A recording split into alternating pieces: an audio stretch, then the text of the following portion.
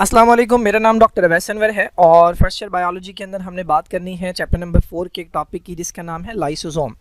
और लाइसोसोम के साथ साथ हमने बात करनी है उससे रिलेटेड स्टोरेज डिजीज़ की। तो पहले लाइसोसोम को डिस्कस कर लेते हैं, फिर स्टोरेज डिजीज़ की तरफ चलेंगे। देखिए भाई, लाइसोसोम जो है ना, ये एक अदद बैग है, एक छोटा सा बैग है।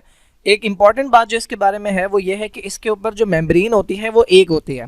इससे पहले जो स्ट्रक्चर आपने पढ़े हैं, आपने न्यूक्लियस पढ़ा था, उसके ऊपर डबल मेम्ब्रेन थी। फिर आपने एंडोप्लाज्मिक रेटिकुलम पढ़ा, डबल मेम्ब्रेन थी। उसके बाद आपने गोल्जी कॉम्प्लेक्स पढ़ा, डबल मेम्ब्रेन थी। माइटोकॉन्ड्रिया के ऊपर डबल मेम्ब्रेन होती है। लेकिन लाइसोसोम एक ऐसा ऑर्गेनल है, एक ऐसा स्ट्रक्चर है सेल का कि जिसके ऊपर मेम्ब्रेन होती है लेकिन सिंगल मेम्ब्रेन होती है। तो ये बहुत इंपॉर्टेंट बात है जो कई बार पूछ ली जाती है कि which one is not a double membrane bound organelle, तो उसमें लाइसोसोम आपको मिल जाएगा।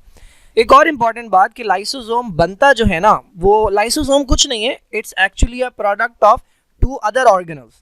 यानी लाइसोसोम जो एक ऑर्गेनल है वो खुद दो ऑर्गेनल के मिलने से बनता है, यानी दो ऑर्गेनल की मेहनत से बनता है। उनमें से एक जो है वो है ये वाला स्ट्रक्चर जिसका नाम है एंडोप्लाज्मिक रेटिकुलम, और इसमें से भी मेनली इस रफ एंडोप्लाज्मिक रेटिकुलम। और दूसरा जो स्ट्रक्चर है जो लाइसोसोम को बनाता है वो है हमारे पास गोल्जी एपरेटस। देखिए कहानी क्या है लाइसोसोम के बारे में, पहले आप समझें कि इसमें होता क्या है। तो ये एक छोटा सा बैग है जिसके अंदर एंजाइम्स होते हैं जिन्हें हम कहते हैं डाइजेस्टिव एंजाइम्स, या इनके लिए एक और वर्ड यूज होता है, they are hydrolytic enzyme. Digestive enzyme क्यों कहते हैं? क्योंकि ये किसी भी चीज़ को तोड़ सकते हैं, प्रोटीन को तोड़ने वाले, कार्बोहाइड्रेट को तोड़ने वाले, लिपिड को तोड़ने वाले एंजाइम्स जो है ना वो मौजूद होते हैं इस एक छोटे से बैग के अंदर। तो ये बैग है और इसके अंदर ये जो आपको नज़र आ रहा है, ठीक है, ये एक हथियार जैसा आपको नज़र आ रहा है, ठीक है, ये कैंची आप देख लें। तो ये एंजाइम्स है जो चीज़ों को काट सकते हैं, तोड़ सकते हैं, दीज आर डाइजेस्टिव एंजाइम्स। अच्छा, अब बनाता कौन है इसे? तो आपको पता है एंजाइम ज्यादातर होते हैं प्रोटीन, और प्रोटीन बनाने की जिम्मेदारी होती है राइबोसोम्स की, और राइबोसोम्स लगे हुए होते हैं इस एंडोप्लाज्मिक रेटिकुलम पे जिसे कहते हैं रफ। तो एंजाइम्स यहाँ बनते हैं। एंजाइम बनने के बाद हमने डिस्कस किया था कि एंडोप्लाज्मिक रेटिकुलम जो भी बनाता है उसे बैग में बंद करता है, और बैग में बंद करने के बाद भेजता है गोल्जी के पास, ताकि उसके अंदर फाइनल जो मॉडिफिकेशन है, छेड़छाड़ जो उसके अंदर करनी है, जो चीज़ निकालनी है, जो चीज़ डालनी है, जिस तरह का शेप बनाना है, वो गोल्जी कर दे। गोल्जी कॉम्प्लेक्स क्या करता है? इन एंजाइम्स को प्रॉपर शेप देता है। फॉर एग्जांपल, अगर ये इस तरह का था तो इसने इसे शेप देकर इस तरह का कर दिया। अगर ये इस तरह का था तो इसने इसे शेप देकर, कैसा बना रहा था मैं, ठीक है, ये इस तरह का कर दिया। तो ये हमारे पास एंजाइम्स जो हैं इस फॉर्म के अंदर आ जाते हैं। उसके बाद गोल्जी क्या करता है? अगेन जिस तरह का बैग आया था उसी तरह के बैग में बंद करता है। अब नॉर्मली क्या होता है, ये वाला बैग जो है ना ये सेल से बाहर चला जाता है, लेकिन अगर ये सेल के अंदर ही पड़ा रहे और इसके अंदर डाइजेस्टिव एंजाइम्स हो तो ऐसा बैग कहलाता है लाइसोसोम। तो इस तरह लाइसोसोम दो ऑर्गेनल की मेहनत से बनता है, एक रफ एंडोप्लाज्मिक रेटिकुलम और दूसरा ये बनता है गोल्जी कॉम्प्लेक्स की मेहनत से। अच्छा, ये किसके सेल के अंदर पाया जाता है? तो याद रखिएगा लाइसोसोम सिर्फ और सिर्फ पाया जाता है एनिमल सेल में। लाइसोसोम्स प्लांट्स के सेल में नहीं मिलते। यही एंजाइम्स जो लाइसोसोम के अंदर होते हैं प्लांट्स के सेल में, ये एंजाइम किस में पाए जाते हैं? ये पाए जाते हैं वैक्यूल के अंदर। तो प्लांट्स में लाइसोसोम अलग से मौजूद नहीं होता। What is the function of lysosome? तो इसका फंक्शन होता है डाइजेशन। इस डाइजेशन को हम कहते हैं इंट्रा सेलुलर डाइजेशन, यानी ऐसी डाइजेशन जो सेल के अंदर हो रही है। अब अगर आप गौर करें यहाँ पे, तो ये फूड का पार्टिकल है, ये जो लेयर आपको नजर आ रही है दिस इज सेल मेम्ब्रेन। तो ये फूड का पार्टिकल सेल के अंदर आया, कौन से प्रोसेस से? एंडोसाइटोसिस से। ये हमारे पास एक बैग में बंद हो गया। इस प्रोसेस को इन्होंने नाम दिया है फेगोसाइटोसिस। एंडोसाइटोसिस की एक टाइप होती है फेगोसाइटोसिस, जिसमें कोई सॉलिड पार्टिकल अंदर आता है। ये जो बैग है जिसके अंदर ये आया है ये कहलाएगा फूड वैक्यूल। अब इस खाने को तोड़ना है, तो इसको तोड़ने के लिए ये लाइसोसोम इसके पास आएगा और इस बैग के साथ फ्यूज हो जाएगा। ये दोनों मेम्ब्रेन यहाँ पर मिल गई, लाइसोसोम के जितने भी एंजाइम्स थे वो इसके अंदर चले जाएंगे और इसका खात्मा कर देंगे, इसको तोड़ देंगे। इसको हम कहते हैं इंट्रा सेलुलर डाइजेशन, ऐसी डाइजेशन जो सेल के अंदर होती है। किसमें होती है इंट्रा सेलुलर डाइजेशन? तो भाई हमारे पास जो छोटे एनिमल्स हैं, लाइक यूनिसेलुलर ऑर्गेनिज्म जो है, जैसे कि हमारे पास अमीबा है। अब ये एक अमीबा है, ये है ही एक सेल। तो जब तक खाना अंदर नहीं आएगा, ये खाना है, जब तक खाना अंदर नहीं आएगा तब तक खाना डाइजेस्ट नहीं होगा। तो इसकी जो डाइजेशन होती है वो सेल के अंदर होती है with the help of lysosome. So this is known as intracellular digestion. इंसानों की अगर हम बात करें तो हमारे अंदर इंट्रासेलुलर डाइजेशन नहीं होती। हमारे अंदर होती है एक्स्ट्रा सेलुलर डाइजेशन। हमारा खाना सेल में जाने से पहले टूट चुका होता है, क्योंकि हमारे पास एक अदर ट्यूब है जिसे आप एलिमेंट्री कैनाल कहते हैं या जिसे आप डाइजेस्टिव सिस्टम कहते हैं, हमारा खाना वहाँ टूटता है। तो हमारे अंदर जो लाइसोसोम है वो किस काम आएगा? तो भाई हमारे अंदर लाइसोसोम काम आता है सेल के अंदर जो ख़राब मटेरियल है, जो कचरा है, जो पुरानी चीज़ें हैं, उन्हें तोड़ने के। सिमिलरली हमारे एक तरह के सेल्स होते हैं जिन्हें हम कहते हैं वाइट ब्लड सेल। तो ये हमारे पास एक सेल है, ये वाइट ब्लड सेल है, इसका नाम है मैक्रोफेज, ठीक है। और ये हमारे पास बैक्टीरिया है। आपको पता है वाइट ब्लड सेल जो है ये बैक्टीरिया को खा जाते हैं। ये प्रोसेस कहलाता है फेगोसाइटोसिस और ऐसे सेल्स कहलाते हैं फेगोसाइट। अब खाने के बाद क्या करेंगे? संभाल के तो रखेंगे नहीं, तो जो लाइसोसोम इस सेल के अंदर मौजूद है वो जाके इस बैक्टीरिया के साथ चिपक जाएगा और इसे डिस्ट्रॉय कर देगा। तो इस काम आते हैं हमारे लाइसोसोम। क्योंकि हमारे अंदर इंट्रासेलुलर डाइजेशन नहीं होती, लेकिन जो ख़राब पार्टिकल्स हैं, जो फॉरेन पार्टिकल्स हैं, या सेल का जो भी मटेरियल जो पुराना हो चुका है, सड़ चुका है, उसको डिस्ट्रॉय करने के काम आता है हमारे पास लाइसोसोम। लाइसोसोम के लिए एक और वर्ड इस्तेमाल किया जाता है, वो है सुसाइडल सैक। सैक कहते हैं बैग को। सुसाइडल सैक क्यों कहते हैं भाई? क्योंकि मैंने बताया कि लाइसोसोम के अंदर ऐसे एंजाइम्स हैं जो प्रोटीन को, कार्बोहाइड्रेट को, लिपिड को, न्यूक्लिक एसिड को तोड़ सकते हैं। अब ये जो मेम्ब्रेन है इसकी, ये जो मेम्ब्रेन है, अगर ये सेल के अंदर रप्चर हो जाए तो ये एंजाइम्स बाहर आ जाएंगे। अगर ये मेम्ब्रेन यहाँ पर रप्चर हो जाए तो ये एंजाइम बाहर आ जाएंगे, और बाहर आने के बाद इनको जो भी चीज़ नज़र आएगी ये उसे डिस्ट्रॉय कर देंगे, उसे तोड़ देंगे। तो सेल के अंदर की चीज़ें जब टूटने लगेंगी तो सेल की डेथ हो जाएगी। ये प्रोसेस कहलाता है ऑटोफेगी। क्या मतलब है? सेल ने अपने आप को खुद ही खा लिया, सेल ने अपने आप को डाइजेस्ट कर लिया, तोड़ दिया। इसी वजह से इसको कहते हैं सुसाइडल सैक। जैसे खुद का हमलावर की जैकेट होती है, वो उसके अपने लिए भी ख़तरनाक होती है कि अगर पहले से फट गई वो, किसी लाइक बॉम्ब जो होता है वो अगर कहीं पर प्लांट करना है और वो पहले ही किसी के हाथ में एक्टिवेट हो जाए, फट जाए, तो वो डिस्ट्रॉय हो जाएगा। तो बिल्कुल इसी तरह से ये एक सुसाइडल सैक है जिससे सेल को हमेशा खतरा रहता है। और ये होता भी है, अगर किसी भी वजह से लाइसोसोम की मेम्ब्रेन रप्चर हो जाए तो इसके अपने ही एंजाइम अपने ही सेल को तोड़ देते हैं, डिस्ट्रॉय कर देते हैं। ये प्रोसेस कहलाता है ऑटोफेगी। ये हमारे पास इस डायग्राम का बेटर वर्जन है, ठीक है। ये रफ एंडोप्लाज्मिक रेटिकुलम है, इसके ऊपर राइबोसोम्स हैं, इसने एंजाइम बनाए, बैग में बंद किए, वो बैग इसने भेजा किसके पास? गोल्जी के पास। ये कहलाता है ट्रांसपोर्ट वेसिकल, जिसके अंदर एंजाइम्स मौजूद है जिन्हें हाइड्रोलाइटिक एंजाइम कहा। गोल्जी कॉम्प्लेक्स का क्या काम है? इसने एंजाइम को रिसीव किया, कलेक्शन, उसके बाद उनके अंदर मॉडिफिकेशन की, उसके बाद उनको दोबारा से पैक किया, और पैक करने के बाद सेल में छोड़ दिया। इस बैग को आपने कहा लाइसोसोम। अब ये लाइसोसोम क्या करेगा? जब कोई फूड पार्टिकल अंदर आएगा, ठीक है, इस बैग के अंदर, फूड वैक्यूल के अंदर, तो ये उसके साथ जाके चिपक जाएगा और उनको तोड़ देगा। हमारे सेल के अंदर ये क्या करता है? जो भी बैक्टीरिया वगैरह है या जो भी ऑर्गेनल पुराना हो गया है उसके साथ जाकर चिपक जाता है और उसे डाइजेस्ट कर देता है, ठीक है। तो ये काम होता है लाइसोसोम का। Now let's talk about lysosomal storage disease. देखिए भाई, अब सेल के अंदर लाइसोसोम का काम क्या है? मटीरियल को तोड़ना। इन केस अगर लाइसोसोम का कोई एंजाइम अपना काम नहीं कर पा रहा, तो जब वो अपना काम नहीं कर पाएगा तो जो मटेरियल टूटना है वो नहीं टूटेगा। जब मटेरियल टूटेगा नहीं तो मटेरियल क्या होने लगेगा? मटेरियल एक्यूमुलेट होने लगेगा, जमा होने लगेगा। जब ये जमा होने लगेगा तो ये एक वक्त आएगा, इतना हद तक जमा हो जाएगा कि सेल अपना काम प्रॉपर्ली नहीं कर सकेगा। तो इसकी वजह से डिजीज़ होना शुरू हो जाएंगी। तो ऐसी बीमारियां जो लाइसोसोम के किसी एंजाइम की कमी की वजह से और किसी मटीरियल के एक्यूमुलेशन की वजह से, जमा होने की वजह से होती हैं, ये बीमारियां कहलाती हैं लाइसोसोमल स्टोरेज डिजीज़। ये बिल्कुल इसी तरह है कि आपके घर में रोज़ कुछ ना कुछ कचरा जो है वो बनता है, कचरा बनता है या प्रोड्यूस होता है या जमा होता है, ठीक है। आप उसे एक बैग में बंद करते हैं और रोज़ाना एक शख्स आता है जो कि वो कचरा लेके चला जाता है। अगर 1 महीने तक वो शख्स ना आए तो आपके घर में इतना कचरा जमा हो जाएगा कि आप अपना प्रॉपर फंक्शन नहीं कर सकेंगे, रह नहीं सकेंगे वहाँ पे।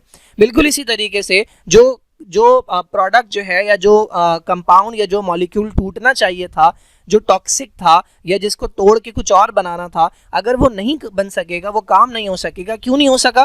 क्योंकि लाइसोसोम का कोई ना कोई एंजाइम जो है वो मिसिंग है, वो नहीं बन रहा या वो अपना काम नहीं कर पा रहा। तो वो सारा मटेरियल जो है वो सेल के अंदर और टिश्यू के अंदर एक्यूमुलेट होगा, जमा होगा, जिसकी वजह से बीमारियां होती हैं।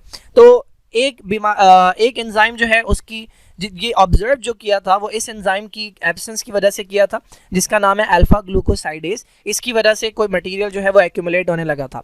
30 के करीब डिसऑर्डर्स हैं जो आइडेंटिफाई किए जा चुके हैं, जिसमें लाइसोसोम का कोई ना कोई एंजाइम जो है वो अपना काम नहीं कर पाता। हमारे पास यहाँ पे 3 जो है वो डिजीजेस दी हुई हैं। तो इन बीमारियों के बारे में बहुत थोड़ी सी बातें बताई गई हैं, ठीक है, बहुत ज़्यादा डिटेल नहीं है इस लेवल के ऊपर। तो पहली बीमारी है जिसका नाम है टे सैक डिजीज़। अब टी सैक डिजीज के अंदर जो पेशेंट होता है वो मेंटली रिटार्डेड होता है। मेंटल रिटार्डेशन कहते हैं एक बच्चा है जिसको अपनी उम्र के हिसाब से जितना इंटेलिजेंट होना चाहिए वो उतना इंटेलिजेंट नहीं है, यानी बाकी बच्चे जो उसकी उम्र के हैं वो उससे काफ़ी ज़्यादा इंटेलिजेंट हैं और ये उसका इंटेलिजेंस लेवल बहुत कम है। तो ये मेंटली रिटार्डेड होते हैं बच्चे जिनके अंदर टी सैक बीमारी होती है। अच्छा, इसके अलावा ये ब्लाइंड हो जाते हैं, ठीक है, डेफ भी हो जाते हैं, अंधे और बहरे हो जाते हैं और इनकी डेथ हो जाती है बाय एज 3, 3 साल की उम्र में इनकी डेथ हो जाती है क्योंकि इसकी कोई ट्रीटमेंट मौजूद नहीं है। अब देखिए ये बीमारी जो है ना ये रिसेसिव डिसऑर्डर है। रिसेसिव डिसऑर्डर का मतलब क्या होता है? हमारे पास यूजुअली किसी भी चीज़ को बनाने वाले या किसी भी कैरेक्टर को कंट्रोल करने के लिए हमारे पास 2 क्रोमोसोम होते हैं। फॉर एग्जाम्पल अगर मैं बात करूं अपने बालों के कलर की, तो मेरे बालों का कलर क्या होगा उसके लिए मेरे पास ये 2 क्रोमोसोम है, इनके ऊपर यहाँ पे इंफॉर्मेशन लगी होती है मेरे बालों के कलर की, ठीक है। ये 2 क्रोमोसोम्स कहलाते हैं होमोलोगस। कहाँ से आई है? एक मुझे मिला है मेरे फादर से, ठीक है, एक स्पर्म से आया था, ठीक है, तो ये फादर से आया, और एक ओवम में से आया था तो ये मुझे मदर से मिला है। तो ये दोनों मिलकर डिसाइड करेंगे कि मेरा बालों का कलर क्या होगा। बिल्कुल इसी तरीके से अगर लाइसोसोम का एंजाइम बनाना है तो उसके लिए भी 2 क्रोमोसोम के ऊपर कहीं ना कहीं इंफॉर्मेशन होगी, ठीक है। ये एक क्रोमोसोम है और ये दूसरा क्रोमोसोम है, दोनों पे सेम जगह पे इंफॉर्मेशन होगी लाइसोसोम वाला एंजाइम बनाने की। अगर किसी का एक क्रोमोसोम खराब है और उसके अंदर बीमारी नहीं हो रही, इसका मतलब ये रिसेसिव डिसऑर्डर है। रिसेसिव डिसऑर्डर का मतलब ये बीमारी तब होगी जब उसके दोनों क्रोमोसोम खराब वाले होंगे या दोनों क्रोमोसोम की जो इन्फॉर्मेशन है, दोनों जीन्स जो हैं वो खराब वाले मिलेंगी। तो ये जो टी सैक वाली बीमारी है ये तभी होती है जब दोनों पेरेंट्स से ऐसा डीएनए आ जाए। अब देखिए पेरेंट्स के अंदर अगर इस फादर के अंदर एक डीएनए खराब था तो इसमें बीमारी नहीं थी, मदर के अंदर एक डीएनए खराब था, इसके अंदर भी बीमारी नहीं थी, लेकिन चांसेस है कि दोनों के पास से एक खराब डीएनए वाला क्रोमोसोम आ जाए तो बच्चे के अंदर ये बीमारी हो जाती है। तो ये टी सैक डिजीज है। अच्छा, रिटार्डेशन क्यों हो रही है, डेफनेस क्यों हो रही है और ब्लाइंड क्यों हो रहा है बच्चा?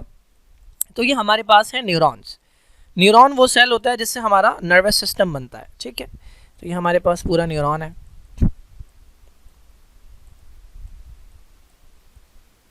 अच्छा, अब न्यूरॉन जो है उसके हमारे पास 3 मेन पार्ट्स होते हैं। एक सेंटर वाला पार्ट होता है ये वाला, ये कहलाता है सेल बॉडी, ठीक है। ये पूरा पार्ट जो है this is called cell body. उसके बाद ये छोटा पार्ट जो है ये डेंड्राइट कहलाता है, ये बड़ा पार्ट जो है ये एक्सॉन कहलाता है। अच्छा, न्यूरॉन के ऊपर ना कुछ न्यूरॉन्स के ऊपर कपड़े चढ़े हुए होते हैं, कुछ के ऊपर नहीं होते। कपड़े बेसिकली कहते हैं एक अदद लेयर होती है जिसे हम कहते हैं माइलिन, ठीक है। ये आप सेकेंड ईयर में पढ़ेंगे, ये माइलिन शीट कहलाती है। अच्छा, अब होता क्या है, जिस तरह बाकी सेल्स के अंदर कुछ काम की चीज़ें बनती हैं, कुछ वेस्ट चीज़ें बनती हैं, ख़राब चीज़ें बनती हैं, तो न्यूरॉन भी सेल है, तो न्यूरॉन के अंदर भी कोई ना कोई केमिकल बनता होगा। अब वो केमिकल को तोड़ने की जिम्मेदारी थी लाइसोसोम के एंजाइम की। अब जिस बच्चे के अंदर ये एंजाइम नहीं बन रहा, उसके जो न्यूरॉन्स हैं उसके अंदर वो केमिकल, जो हार्मफुल केमिकल है, वो जमा होने लगेगा। जब वो जमा होने लगेगा तो वो इस कपड़े को, इस माइलिन शीट को डिस्ट्रॉय करने लगता है।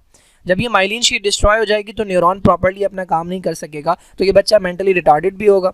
अगर यही न्यूरॉन उसकी आंखों को कंट्रोल कर रहा है तो आगे जाके वो ब्लाइंड हो जाएगा। अगर यही न्यूरॉन उसके कानों को कंट्रोल कर रहा है, हियरिंग के लिए रिस्पॉन्सिबल है, तो ये आगे जाके डेफ भी हो जाएगा। और जब न्यूरॉन्स जो है वो प्रॉपर्ली वर्क नहीं कर सकेंगे तो इस बच्चे की डेथ हो जाएगी बाय एज 3, 3 साल की उम्र में डेथ हो जाती है, इसकी कोई ट्रीटमेंट मौजूद नहीं है। सेकंड जो बीमारी है हमारी, जो किसी एंजाइम की कमी की वजह से, डेफिशिएंसी की वजह से होती है, वो कहलाती है गॉशर्स डिजीज़। गॉशर डिजीज़ के अंदर 2 ऑर्गन हैं जिनका साइज़ बड़ा हो जाता है, एक है लिवर और एक है स्प्लीन, इनकी एनलार्जमेंट हो जाती है। अच्छा, इसके अलावा लॉन्ग बोन्स जो है हमारी, उनकी इरोजन्स होने लगती है, डैमेज होने लगती है वो। इसके अलावा अगेन बच्चा मेंटली रिटार्डेड होता है क्योंकि न्यूरॉन्स जो है वो प्रॉपर्ली वर्क नहीं कर सकेंगे। न्यूरॉन्स के अंदर मटेरियल जो है वो टूटना जो चाहिए था वो नहीं टूट पा रहा। और अगेन अच्छा, ये इन्फेंटाइल फॉर्म में होता है, कुछ में ये बचपन में भी होती है, पैदाइश से होती है, कुछ में ये बाद में जाकर भी होती है। तो जो बचपन वाली फॉर्म है, इन्फेंटाइल फॉर्म, जो बचपन से होगी, उसमें ये प्रॉब्लम्स होती हैं। अच्छा, इरोजन ऑफ लॉन्ग बोन से क्या मसला होगा भाई? तो हमारे पास आपको पता है जो बोन होती है, ये हमारे पास अगर बोन है तो बोन के अंदर एक सॉफ्ट टिश्यू होता है जिसे हम कहते हैं बोन मैरो, ठीक है। This is the bone marrow. इस बोन मैरो के अंदर बनते हैं हमारे क्या, सेल्स। कौन से सेल्स? ब्लड के सेल्स, जिन्हें हम कहते हैं red blood cell, white blood cell और प्लेटलेट्स। ये सारे बनते हैं इस बोन मैरो के अंदर और यहीं से रिलीज होते हैं। ये कुछ बोन्स के अंदर बनता है। अच्छा, अब बोन की इरोजन अगर होगी तो उसमें होगा क्या, ये जो बोन है ये साइड से बढ़ने लगेगी। जब ये साइड से बढ़ने लगेगी, क्योंकि मटेरियल जमा हो रहा है ना, तो मटेरियल जमा होने की वजह से वो मटेरियल जब बोन में जमा होगा तो ये अंदर की तरफ बढ़ेगी। जब ये बोन अंदर की तरफ बढ़ेगी तो बोन मैरो क्या होगा, बोन मैरो कम हो जाएगा। जब बोन मैरो कम हो जाएगा तो हमारे जो रेड ब्लड सेल की या वाइट ब्लड सेल की जो प्रोडक्शन है वो डिक्रीज हो जाएगी। तो ब्लड सेल की प्रोडक्शन जब बोन मैरो के अंदर डिक्रीज होती है ना, तो दो ऑर्गन लिवर है, तो बोन के अंदर जब ब्लड सेल की प्रोडक्शन डिक्रीज हो जाती है, बोन मैरो से ब्लड के सेल की प्रोडक्शन डिक्रीज हो जाएगी, तो बॉडी कंपनसेट करने के लिए लिवर और स्प्लीन के अंदर ब्लड सेल की प्रोडक्शन जो है वो ब्लड सेल प्रोड्यूस करना शुरू कर देती है। तो जिसकी वजह से लिवर और स्प्लीन का साइज जो है वो इनलार्ज हो जाता है, ये बड़े हो जाते हैं। ये वो ऑर्गन है कि जब बच्चा मदर की बॉडी के अंदर होता है तब यहाँ से ब्लड सेल प्रोड्यूस होते हैं, लेकिन पैदाइश के बाद ये चला जाता है काम बोन के पास। तो बोन मैरो के अंदर अगर ब्लड सेल की प्रोडक्शन कम होगी तो लिवर और स्प्लीन शुरू कर देंगे, जिसकी वजह से उनका साइज इंक्रीज हो जाएगा। थर्ड जो हमारे पास प्रॉब्लम है इसका नाम है क्रेबेज डिजीज। ठीक है, क्रेबे डिजीज के अंदर अगेन लॉस ऑफ माइलिन हो रहा है। माइलिन वही है जो न्यूरॉन के ऊपर हमारे पास, ये जो न्यूरॉन है, न्यूरॉन के ऊपर मैंने बताया था कि कुछ लेयर चढ़ी हुई होती है, दिस इज कॉल्ड माइलिन। तो ये माइलिन का लॉस होने लगता है, ये डैमेज होने लगती है। क्यों? क्योंकि वो जो मटेरियल है जो इसके अंदर जमा हो रहा है वो डैमेज करता है माइलिन को। अगेन क्या होगा, मेंटल रिटार्डेशन। ठीक है, न्यूरॉन्स प्रॉपर्ली वर्क नहीं कर सकेंगे तो ये बच्चा मेंटली रिटार्डेड होगा। इसके जो और फंक्शंस हैं वो भी डैमेज होंगे, वो भी डिक्रीज होंगे, और इसके अंदर भी डेथ हो जाती है बाय एज 2। तो ये 3 बीमारियां हैं। जस्ट ये छोटे छोटे पॉइंट्स आपने याद रखने हैं कि कौन सी बीमारी के अंदर डेथ एज 3 पे हो रही है, कौन सी बीमारी के अंदर लिवर और स्प्लीन एनलार्ज होता है। तो ये बीमारियां हैं जो लाइसोसोम के किसी ना किसी एंजाइम की डेफिशिएंसी की वजह से होती हैं, और जो मटेरियल टूटना चाहिए था, जो मटेरियल जिससे जान छुड़ा लेनी चाहिए थी सेल को, वो जमा होने लगता है, एक्यूमुलेट होने लगता है। तो इन्हें हम कहते हैं लाइसोसोमल स्टोरेज डिजीजेस। मैं आपको दिखा दूं अगर थोड़ा बहुत कि ये कैसे दिखते हैं पेशेंट्स। ओके, तो ये टे-सैक है। ठीक है, टे-सैक के अंदर ये न्यूरॉन्स जो हैं ये डैमेज होते हैं। डैमेज होने की वजह से क्या होता है, ब्रेन डैमेज हो रहा है, कैटरैक्ट हो रहा है। ठीक है, और मल्टीपल प्रॉब्लम्स जो हैं वो इनके अंदर हमें देखने को मिलते हैं। ब्लाइंड हो जाएंगे, डेफ हो जाएंगे बच्चे। उसके बाद गॉशर्स के अंदर अगेन लिवर और स्प्लीन जो है वो बड़े हो जाते हैं, जिसे कहते हैं हेपेटोस्प्लीनोमेगाली। क्यों बड़े हो रहे हैं, मैंने बता दिया कि बोन्स जो हैं वो प्रॉपर्ली ब्लड सेल प्रोड्यूस नहीं कर पाती, जिसकी वजह से लिवर और स्प्लीन टेक ओवर कर लेते हैं। तीसरी हमारे पास जो है वो क्रेबे डिजीज़ होती है। क्रेबे के अंदर अगेन न्यूरॉन्स जो है वो प्रॉपर्ली वर्क नहीं कर पाते। जो न्यूरॉन के ऊपर कवर है, ये जो कवर आपको छोटा छोटा नजर आ रहा है, this is called myelin sheath. और ये माइलिन शीट जब डैमेज होती है तो न्यूरॉन्स प्रॉपर्ली वर्क नहीं कर पाते, and that leads to Krabbe disease.